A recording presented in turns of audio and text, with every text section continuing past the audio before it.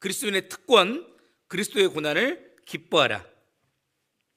우리는 우리에게 맡겨진 많은 일들을 당연히 해야 될 일들로만 생각하지 정말로 감사하고 기뻐해야 될 일로는 생각하지 않을 때가 너무도 많아요.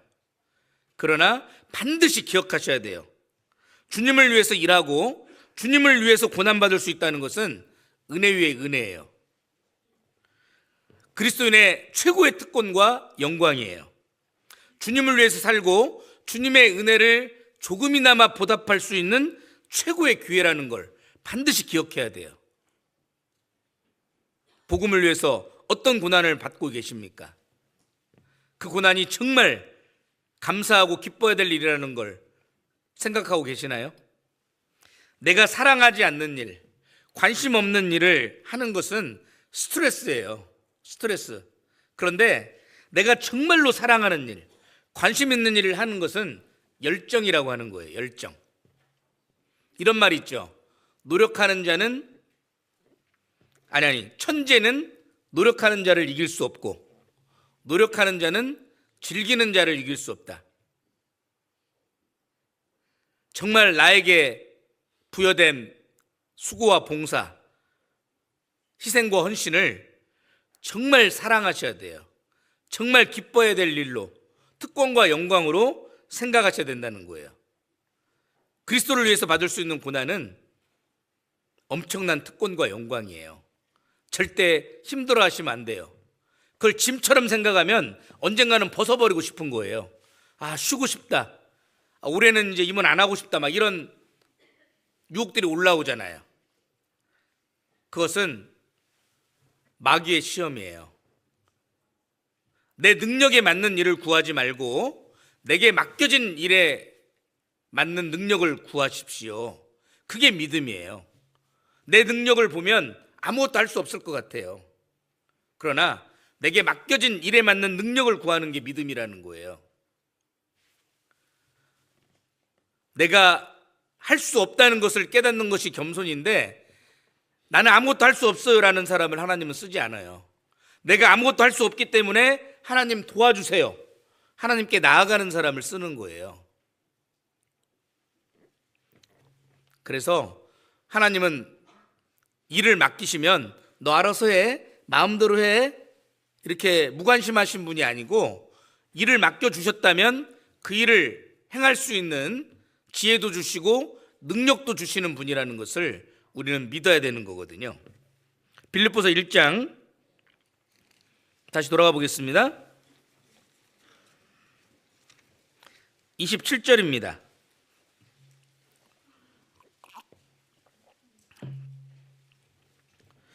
오직 너희는 그리스도 복음에 합당하게 생활하라.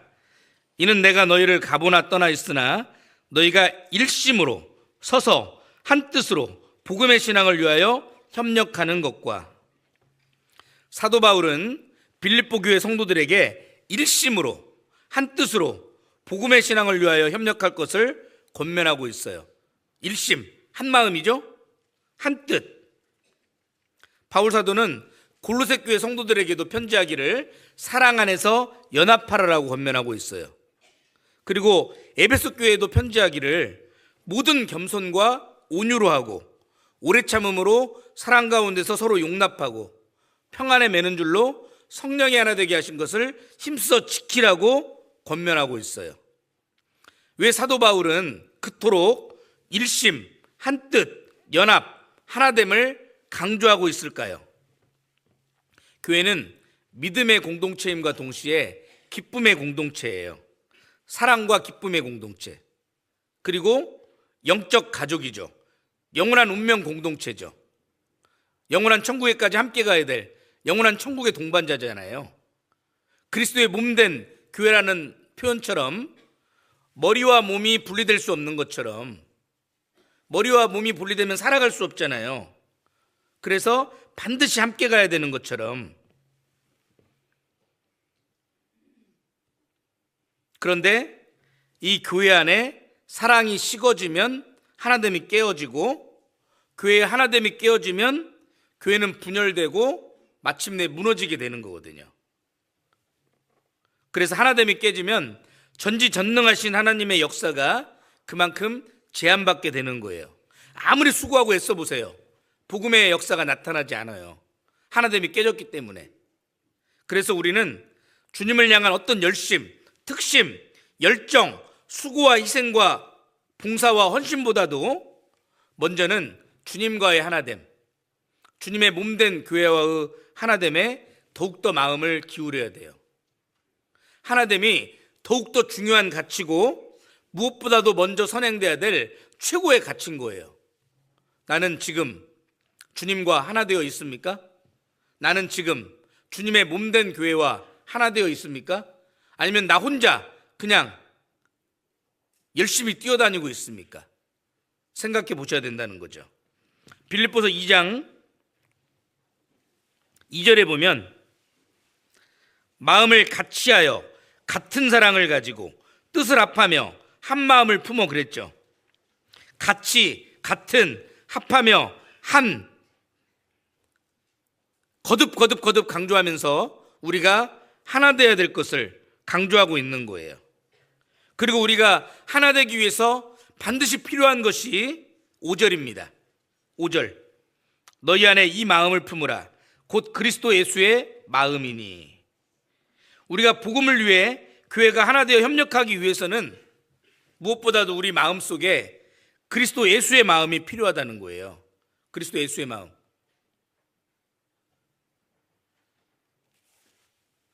그리스도 예수의 마음을 오늘 다 말씀드리기에는 시간이 짧기 때문에 간단하게만 생각해 보면 무엇보다도 첫 번째는 겸손의 마음일 거예요.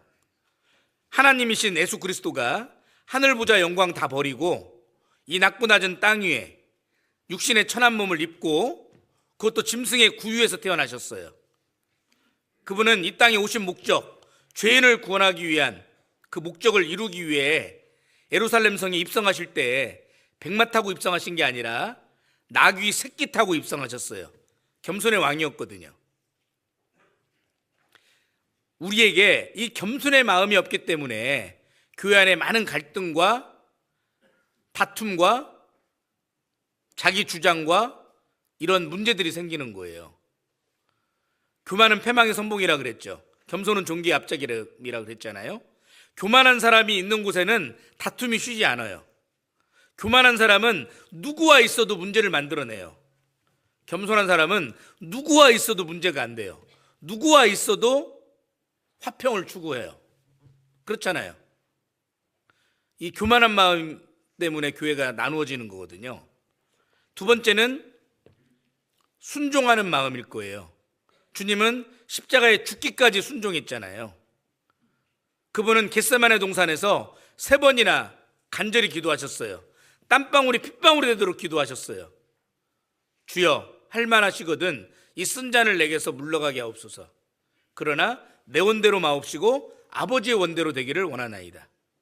오로지 아버지의 뜻에 순종하고 복종하는 삶을 사셨잖아요.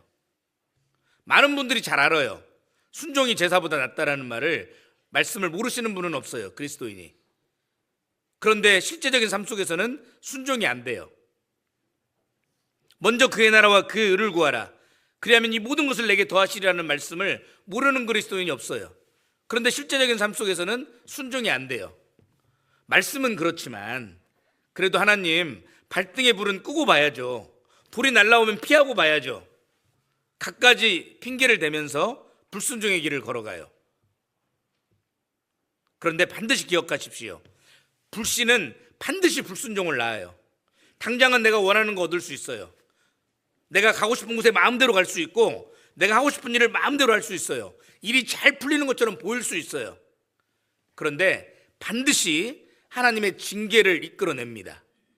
결국은 대가를 치러야 되는 거예요.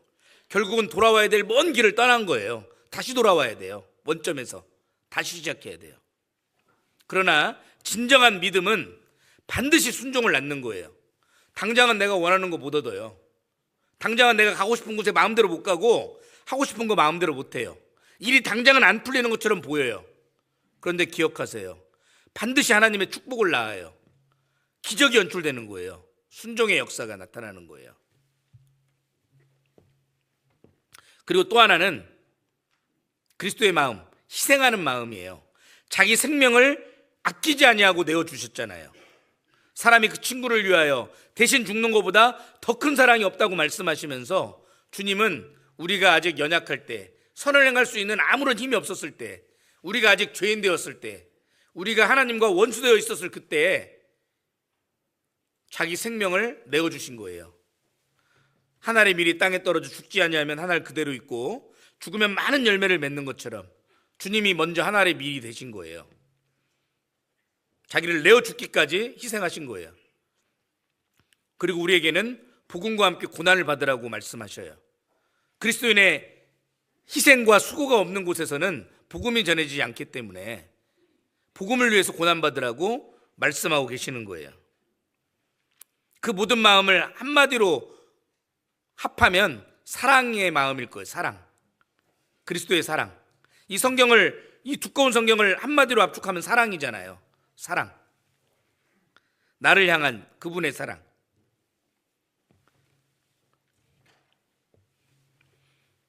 (27절에) 일심으로 서서 그랬죠. 누워서가 아니에요. 앉아서도 아니에요. 서서예요. 서서. 교회 안에는 복음 전하는 일과 교회 일에 참여하는 모습이 다양하게 나타나요.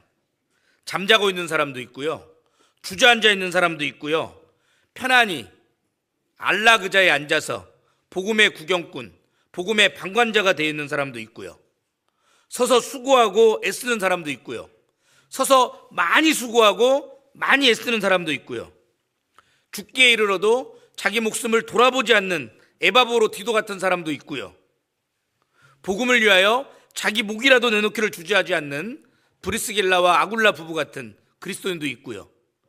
다양한 그리스도인의 모습이 지나가죠.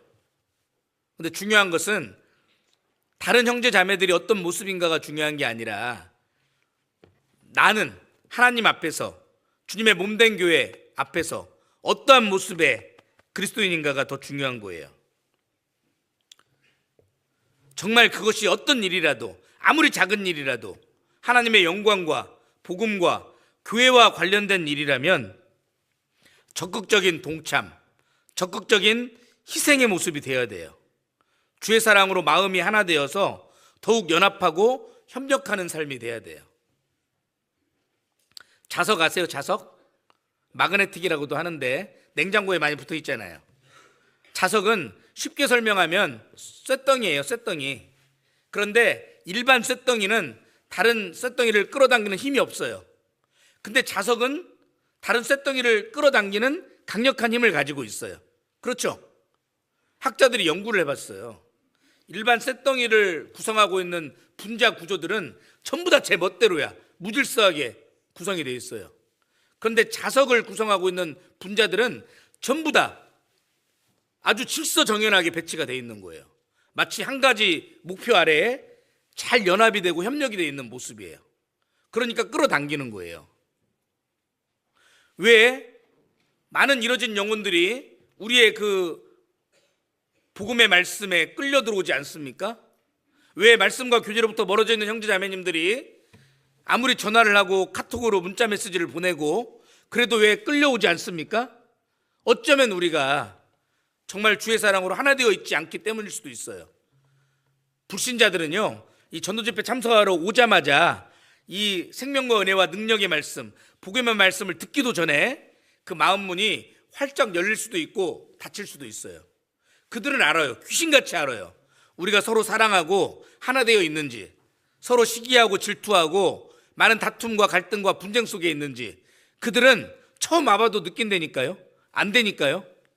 말씀을 들어보기도 전에 마음이 문이 열리기도 하고 닫히기도 한다니까요. 정말 우리가 주의 사랑으로 하나 되어 협력한다면 말씀과 교제로부터 멀어져 있는 형제 자매들도요, 끌려올 거예요. 끌려올 거라고요. 그게 부족해서 지금 못 끌려오고 있는 많은 형제 자매님들이 있을 수도 있다는 것을 우리는 기억해야 돼요. 우리가 미물을 통해서도 배우잖아요. 기러기는 혼자 날지 않잖아요. B자 형태로 떼를 지어 날아가잖아요. 제일 앞에서 날아가는 기러기들은 공기의 저항을 강하게 받기 때문에 굉장히 힘들어요. 그러니까 뒤에서 나는 기러기들이 끼룩끼룩 하면서 힘내라 힘, 힘내라 힘 응원가를 불러주잖아요. 그리고 그 무리에서 이탈되는 기러기들이 생겨요. 아프거나 병들거나.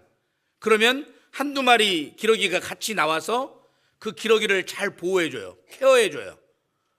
나을 때까지 혹은 죽을 때까지. 그리고 다시 본대로 합류하고, 앞에 공기의 저항을 강하게 받고 날아가는 기러기가 너무 힘드니까 가끔 위치도 바꿔줘요. 서로. 그러면서 머나먼 거리까지 이동을 하거든요. 그러면 무리를 지어서 날아가면 혼자 날아갈 때보다 에너지 소모를 71%를 줄여준대요. 그래서 아무리 먼 길이라도 그렇게 힘차게 나아갈 수가 있는 거예요. 그 아프리카 속담에 혼자 가면 빨리 간다, 그러나 함께 가면 멀리 간다는 말이 있잖아요. 멀리만 가는 게 아니라 끝까지도 가는 거예요. 함께 가면.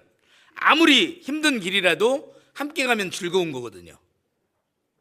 우리가 좁은 문을 통과해서 이 좁은 길을 걸어가는 게 신앙생활인데, 우리가 함께 가는 신앙생활이기 때문에 기쁘고 즐거운 거예요. 누가복음 5장에 보면 특별히 협력의 중요성을 일깨워주는 사건들이 기록되어 있는데, 시간 관계상 다 말씀을 드릴 수는 없는데 한 가지 소개하면, 그 갈릴리 지역에서 태어나서 평생 어부로 살았던 베드로, 굉장히 혈기가 왕성했던 사람이잖아요. 그 베드로가 밤새도록 고기를 잡으려고 했는데 물고기를 한 마리도 잡지 못하던 사건이 기록되어 있잖아요. 기억나세요? 그런데 예수님께서 아침에 뒤늦게 나타나셔가지고 베드로에게 말씀하시는 거예요. 깊은 데로 가서 그물을 내려 고기를 잡으라고. 그런데 생각해 보세요. 베드로는 어부예요. 고기잡이의 달인이에요.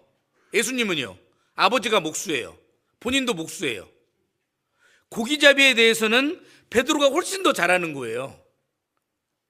베드로는 얼마든지 예수님의 말씀에 합리적으로, 논리적으로, 경험적으로 반박할 수 있었을 거예요. 예수님, 깊은 데에는 물고기가 별로 없어요. 적정한 깊이에 물고기가 많이 잡히지 깊은 데 무슨 물고기가 있겠어요.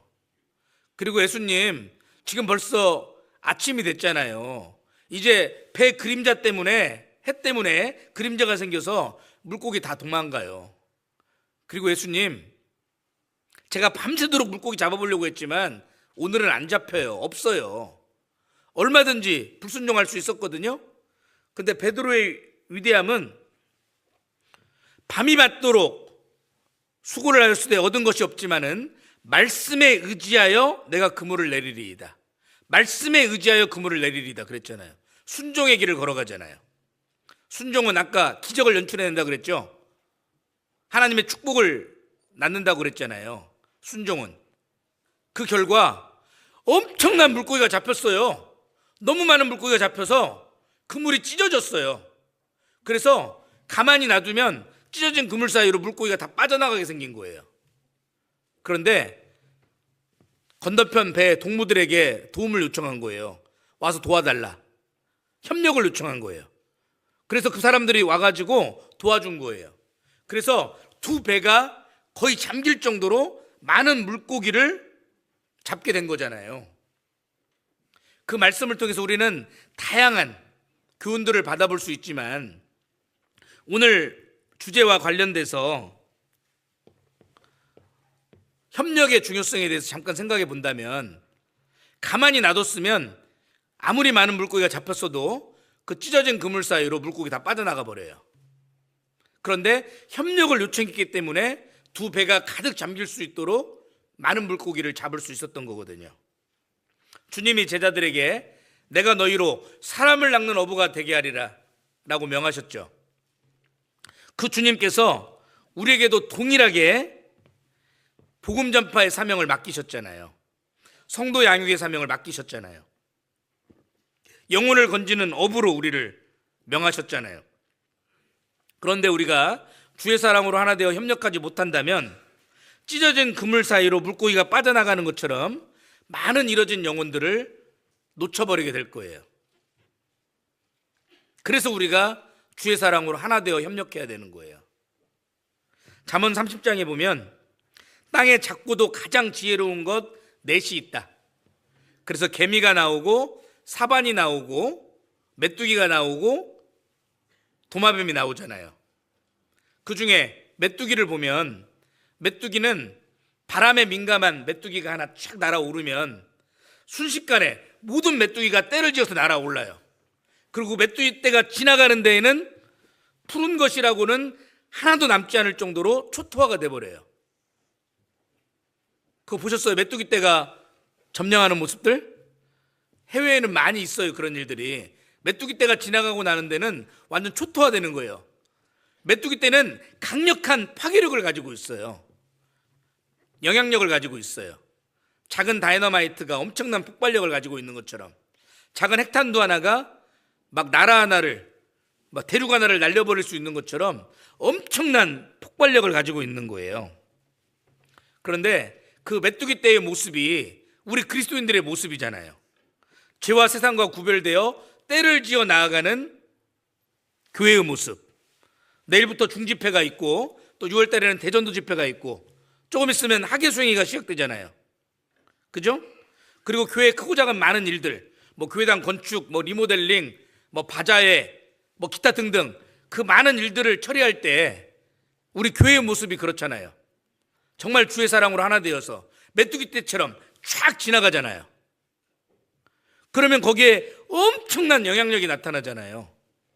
지금도 세계 선교를 위해서 아마 바자회를 하고 계신 것 같은데 작은 이슬방울이 모여서 거대한 바다, 대양을 이루는 것처럼 우리 성도들의 작은 헌신들이 모여져서 엄청난 세계 선교의 역사를 이루어가고 있잖아요.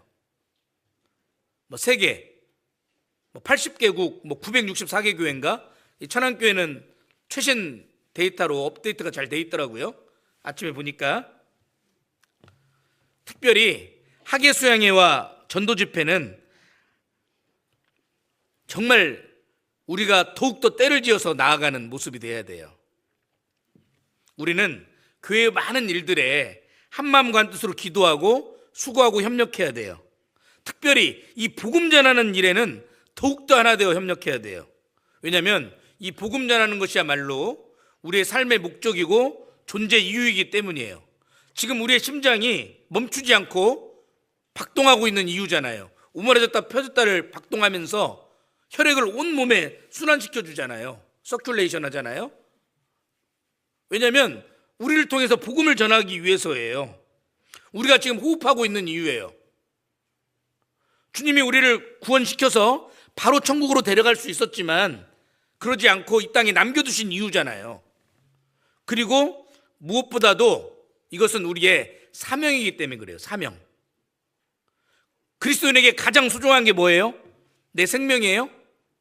내 생명보다 더 소중한 것이 우리 그리스도인들에게는 생겼어요. 사도 바울의 간증처럼 나의 달려갈 길과 주 예수께 받은 사명, 곧 하나님의 은혜의 복음을 증거하려 하면은 나의 생명을 조금 더 귀한 것으로 여기지 아니하노라. 사도 바울은 확실히 알았어요. 자기 사명이 자기 생명보다 소중하다고. 그래서 그렇게 간증할 수 있었어요. 그것이 사도 바울만의 간증일까요? 아니죠. 모든 시대 모든 그리스도인의 간증이 돼야 돼요. 모든 그리스도인들에게는 자기 생명보다 소중한 것이 생긴 거예요. 그게 바로 사명이에요. 그게 바로 복음 전하는 일이에요. 특별히 하계수양회와 전도집회는 하나님의 은혜의 복음을 전하고 하나님을 찬양하며 그리스도인의 믿음을 더욱더 성장시키고 성숙해 해주는 최고의 기회예요. 은혜 위에 은혜예요. 어쩌면 식어져 있을지 모르는 그리스도인의 소명과 전도의 사명의 불꽃을 다시 뜨겁게 타오를 수 있도록 우리 마음을 격동시켜주는 최고의 기회라는 걸 기억하셔야 돼요. 주님을 향한 더욱 뜨거운 사랑을 가지고 복음을 위한 더욱 뜨거운 열정을 가지고 때를 얻든지 못 얻든지 말씀을 전파해야 돼요. 전도의 열정을 가지셔야 돼요. 동시에 그 귀한 역사에 감사함과 자원함과 즐거움과 기쁨으로 참여하고 열정적으로 땀 흘리고 수고하며 봉사하셔야 돼요. 열정을 가지셔야 돼요. 열정. 나아가서 지속적인 열정을 가지셔야 돼요. 지속적인 열정.